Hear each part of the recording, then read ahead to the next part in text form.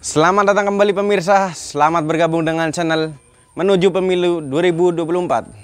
Bersama saya Putut Al-Huda, dalam beberapa menit ke depan saya akan membawakan berita terhangat terupdate di hari ini, yaitu politik dan artis. Silahkan tonton video ini sampai selesai agar kita gagal paham. Salam waras, salam NKRI. Bamsud dan Ika Jayabaya sosialisasi 4 pilar MPR.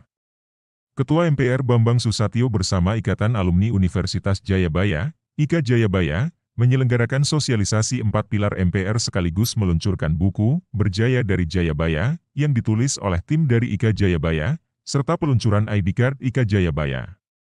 Kegiatan berlangsung di Gedung Nusantara 4 MPR, DPR, DPD RI, di Jakarta, Rabu, 23 November 2022.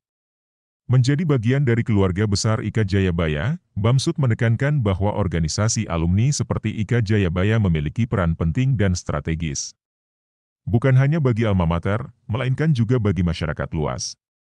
Organisasi alumni berperan sebagai katalisator, kontributor, serta referensi dan inspirasi, ucap Bamsud. Sebagai katalisator, artinya alumni menjadi cerminan citra kampus yang memiliki tanggung jawab moral untuk bersama-sama menjaga nama baik alma mater. Sebagai kontributor, alumni menjadi kepanjangan tangan alma mater untuk memperluas jaringan kampus. Sedangkan sebagai referensi dan inspirasi, alumni berperan memberikan banyak kesempatan forum informasi dunia kerja dan usaha, job fair, yang dapat membantu penyerapan angkatan kerja. Bamsud melanjutkan, Indonesia saat ini sedang menghadapi 3 momentum penting. Pertama, momentum bonus demografi yang didominasi kelompok usia produktif, 70% di antaranya adalah generasi muda. Kedua, momentum kebangkitan ekonomi pasca pandemi COVID-19. Ketiga, momentum menyongsong visi Indonesia Emas 2045.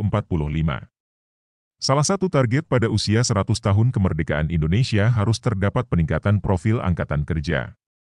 Pembangunan sumber daya manusia merupakan kunci untuk mewujudkan kemajuan bangsa dalam menyongsong ketiga momentum tersebut. Karenanya selain membangun infrastruktur fisik, pembangunan nasional juga harus bertumpu pada pembangunan manusia sebagai subjek sekaligus objek pembangunan. Salah satu tolok ukur pembangunan sumber daya manusia dapat merujuk pada Indeks Pembangunan Manusia, IPM, yang menggambarkan tingkat harapan hidup, pendidikan, dan standar hidup masyarakat, tutur Bamsud. Satu hal yang patut disyukuri, Bamsud melanjutkan, IPM Indonesia cenderung mengalami peningkatan dari tahun ke tahun.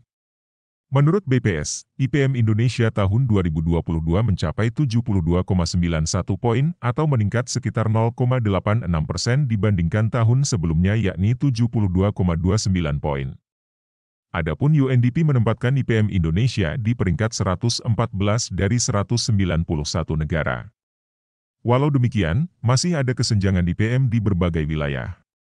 Misalnya Jakarta memiliki indeks IPM tertinggi sebesar 81,65 poin, sementara Papua memiliki IPM 61,39 poin.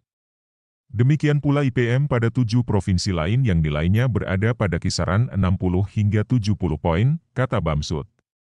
Bagaimanapun, tolok ukur pembangunan sumber daya manusia tidak semata-mata dikonversikan pada rujukan angka-angka, melainkan juga memerlukan pemaknaan dari aspek kualitas berupa pembangunan karakter bangsa.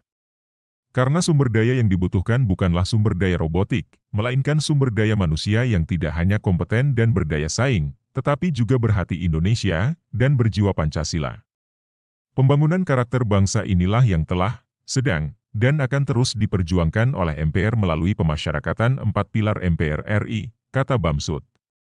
4 pilar MPR tersebut adalah Pancasila sebagai dasar negara, landasan ideologi, falsafah, etika moral serta alat pemersatu bangsa, Undang-Undang Dasar Negara Republik tahun 1945 sebagai landasan konstitusional, dan Negara Kesatuan Republik Indonesia, NKRI, sebagai konsensus yang harus dijunjung tinggi serta semboyan Bhinneka Tunggal Ika sebagai semangat pemersatu bangsa.